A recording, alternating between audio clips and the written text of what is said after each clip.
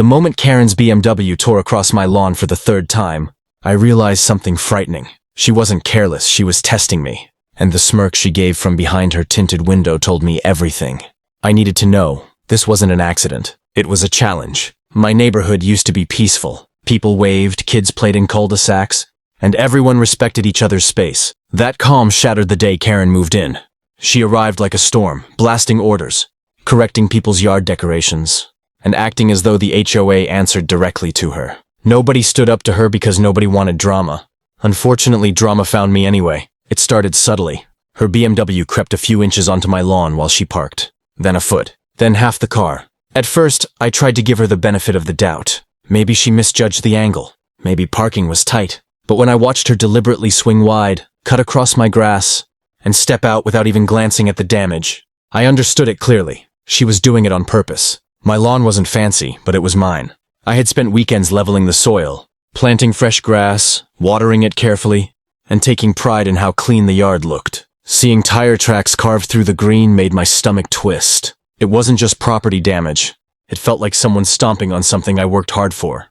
I confronted her politely the first time. She shrugged and said, "Maybe don't plant such weak grass next time." The second time, she rolled her eyes and said, "It's just a lawn. Calm down." The third time, she didn't say anything at all. She just smirked, like she enjoyed watching me get frustrated. That smirk is what pushed me past my limit. I recorded everything, photos, videos, timestamps. I submitted complaints to the HOA, only to receive vague responses like, "We'll look into it," or "Let's maintain neighborly harmony." Meanwhile, the tire marks grew deeper, and Karen's attitude grew bolder. Neighbors warned me she'd done worse, blocking driveways, calling tow trucks on guests, even claiming part of someone's yard as communal space. But nobody ever challenged her. Nobody ever said no. I decided I would be the first. I spent nights researching legal property boundaries and ways to protect my yard without escalating things beyond control. The more I learned, the more determined I became. This wasn't just about grass. It was about drawing a line she couldn't cross anymore, a line she would finally feel. And that's when the idea of the barrier first sparked, an idea that would change everything. The night I planned the barrier, I sat at my kitchen table with a notebook, a tape measure, and a determination I hadn't felt in years. If Karen wanted to test the limits of my patience, I was finally ready to show her where those limits ended. But before I acted, I needed a solution that was legal, secure, and impossible for her to twist against me. The HOA might have ignored my complaints, but rules still protected my property line. I just had to use them correctly. Early the next morning, I walked outside with my measurements and started marking the exact boundary where my lawn ended. Karen watched from across the street, sipping her coffee like a hawk perched on a fence. She didn't say a word. She didn't have to. Her expression said everything. Challenge accepted. I ignored her and continued marking the ground, determined not to let her presence affect my plan. My idea was simple: low, heavy-duty steel posts, spaced perfectly along the edge of my grass, set deep enough into the ground to be immovable. They weren't tall enough to block visibility, but they were strong enough to stop a vehicle from rolling over them. They were practical, legal, and exactly what my lawn needed. More importantly, they were impossible for even Karen to complain about, without admitting she had been crossing the boundary in the first place. I ordered the materials, and when they arrived, I spent the entire weekend installing them. I dug every hole, poured the concrete, checked every measurement twice, and aligned each post with absolute precision. Neighbors slowed down as they passed, some giving me quiet thumbs up, others offering supportive nods. Everyone knew what the posts were for. Everyone knew who they were aimed at. By Sunday evening, the barrier stood solid and clean, perfectly protecting my lawn. I felt a wave of relief wash over me. For the first time in weeks, I believed the problem was finally over. I believed Karen would finally be forced to park like a normal person. But with Karen, nothing was ever that simple. The next morning, I heard the engine before I saw the car. Her BMW roared down the street faster than usual, as if she were late or irritated. I stepped outside just as she swung the wheel, out of habit, out of arrogance, or maybe just out of spite, straight toward the lawn. She used to claim without hesitation, but this time, the lawn fought back. Her BMW hit the first steel post with a sickening metallic crack. The sound echoed across the neighborhood like a gunshot. Sharp, sudden, and impossible to ignore.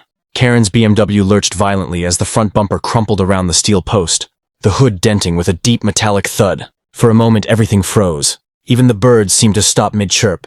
Karen sat stiffly behind the wheel, her eyes wide with disbelief as if the laws of physics had betrayed her personally. I rushed toward the sidewalk, not out of sympathy, but out of sheer shock. She stumbled out of the car, clutching her designer purse like a shield and staring at the damage as though it were some kind of personal attack. What did you do to my car?" she shrieked, completely ignoring the fact that she had driven onto my lawn, again, without even thinking.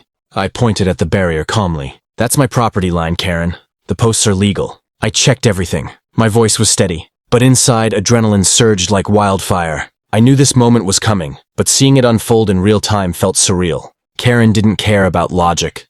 She jabbed her finger at me wildly. "You sabotaged me! You set a trap! This is illegal! You're going to pay for this!" Her voice rose with each accusation, drawing neighbors out of their homes like spectators to an unexpected show. But the truth was on my side, and the barrier stood like silent proof. I kept my composure. "Karen, you hit a clearly visible steel post installed entirely on my property. This isn't sabotage, it's protection." She didn't want to hear it. She called the HOA president, screaming into the phone about unsafe obstructions and violent neighbors. Then she called the police, convinced they'd take her side immediately. By this point, several neighbors stood nearby, arms crossed, quietly ready to tell the truth if needed. When the officer arrived, Karen launched into a dramatic explanation, waving her arms and pointing repeatedly at the car. Meanwhile, I calmly handed over the documents. Property survey, installation permits, timestamps, and pictures of her previous parking habits. The officer listened, inspected the posts, examined the tire marks on the grass, and finally turned to Karen with a firm, unshakable conclusion. "Ma'am, this is entirely your fault." The look on Karen's face was priceless. A mixture of shock, fury, and disbelief, as if the universe itself had betrayed her.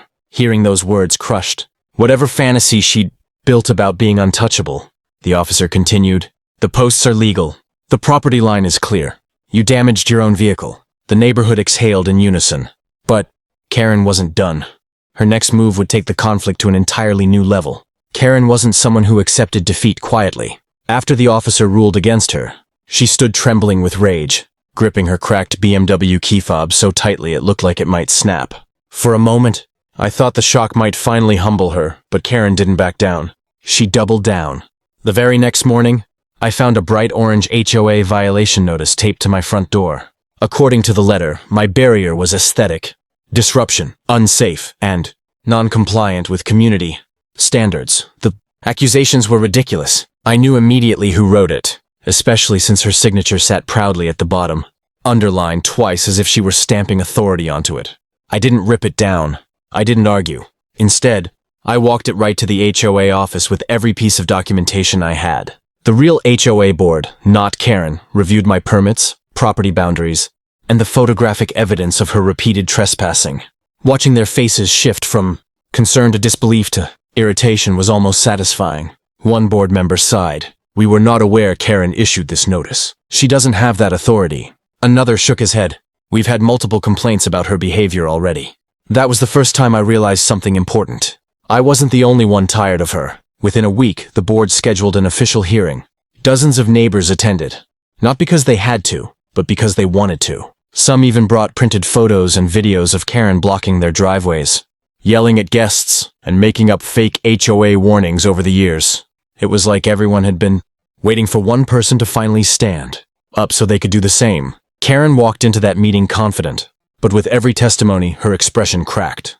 The board reviewed everything carefully, and by the end, they delivered a decision that sent a ripple through the entire neighborhood. Karen lost her HOA privileges, her fake violation notice was voided, and she was fined for harassing residents and misusing HOA authority. But the final blow? She was ordered to pay for the damage done to my lawn, not the other way around. When the meeting ended, Karen stormed past me without a word, her cheeks burning red with humiliation. For the first time, she had no power to hide behind, no rules to twist, no audience to intimidate. And from that day forward, she never parked anywhere near my lawn again. The steel posts stood untouched. My yard grew back stronger, and the neighborhood, it was quieter than it had ever been. Sometimes standing your ground isn't just about protecting your property, it's about reminding people that respect still matters. If you loved seeing Karen get what she deserved, hit that like button, subscribe for more wild HOA stories, and drop a comment telling us what you would have done in my shoes.